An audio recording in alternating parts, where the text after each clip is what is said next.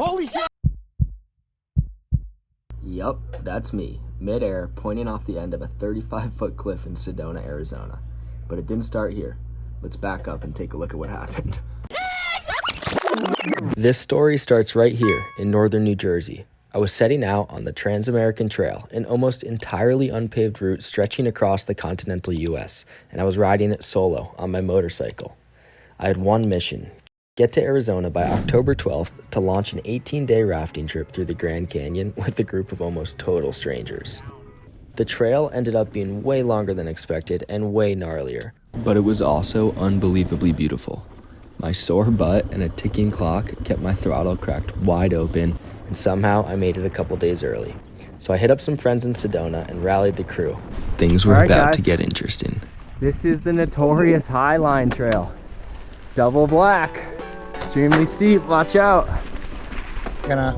No, that does it all. It's recording. It's recording right now? 100%. No. I want to follow you kind of tight to get a good shot, okay?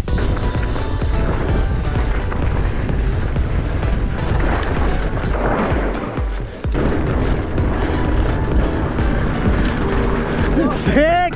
Oh my god. Yo, I think that was nasty. Because we were so close to this legendary free ride line that I've heard so much about, we decided to go take a look. You need to be so get off your bike and go look. Although my buddy Jacob was pretty nervous, I had full confidence. Easier just to drop in from right here.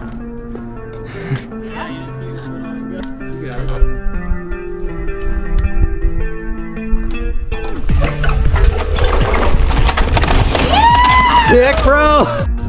Don't talk to him, let him do it.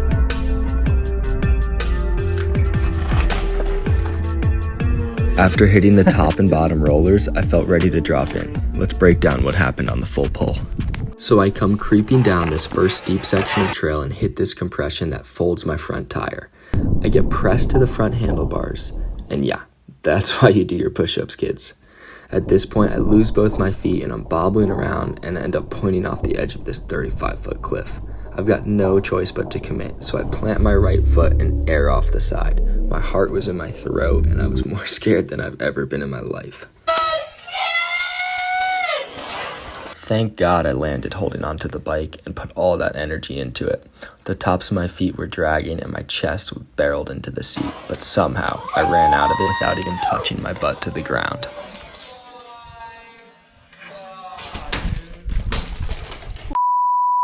That. Holy shit. That was the sketchiest thing I've ever seen. Holy shit.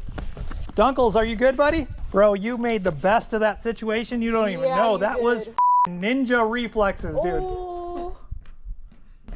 That was absolutely Bro, I cannot believe how well you did that. Oh, this video. Oh. This is B-roll. yeah. Tell everyone you're okay. I'm dialed. That was sick. You're good, bud? Move your foot around for me. You do have some chunky toes. Look at those things. Come on. Flex your foot towards yourself. Dude, it's fine. It hurts. I don't want to move. Okay. I'm just making sure. You're still all pumped up. If I can feel anything clicking in there or anything. And then double knack. Fast plant, knack to chest lander. You were straight up. The only thing that got f***ed up on the rental bike that Duncan got today was the seat.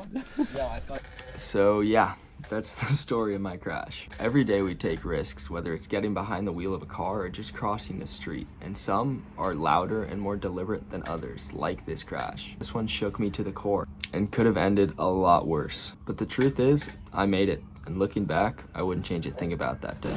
A few days later, I found myself completely off the grid, floating down the Colorado River in the middle of the Grand Canyon. No phone, no noise, no outside world, and honestly, it was exactly what I needed. Today, that trail is sanctioned, rerouted to skip over the section I launched off, but still just as gnarly and exposed as ever. Mountain biking is a lot like life, a trail full of unknowns. The only one who can decide whether to send it or not is you. So go out there and embrace the opportunity we all have to choose and have fun. Thanks for watching.